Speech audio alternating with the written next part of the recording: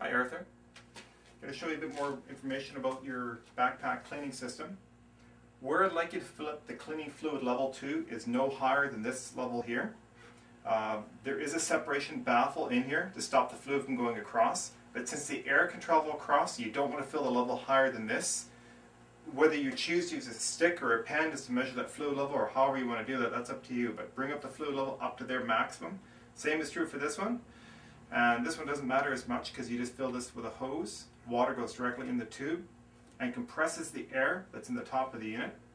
I also mentioned to you it has a separate air fill valve. It does. This is industrial quality brass air fill valve. So you can always put air in there if you need to. I suggest put your liquids in up to here. Turn off these. Right now these valves are open. Turn off the valve. So the valves are off right now. They're like this.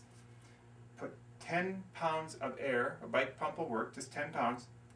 Good, fairly good couple pumps. 10 psi. Then connect the garden hose to this right here.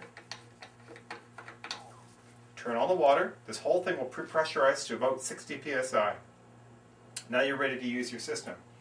This is a one-way valve, so all you have to do is disconnect your hose, a little spray of water, and the air pressure and the water will stay in there, and the whole system's now pressurized. One shot. Fill it, you're done. Everything's pressurized.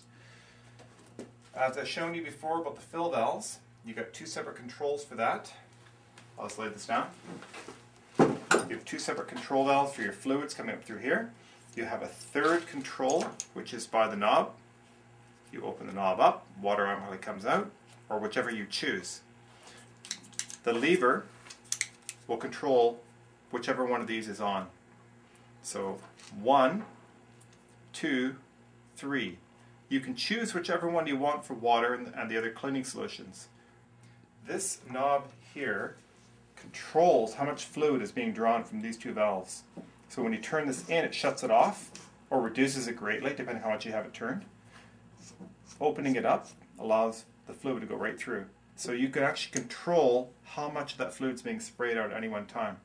Also, the nozzle does undo if you wish.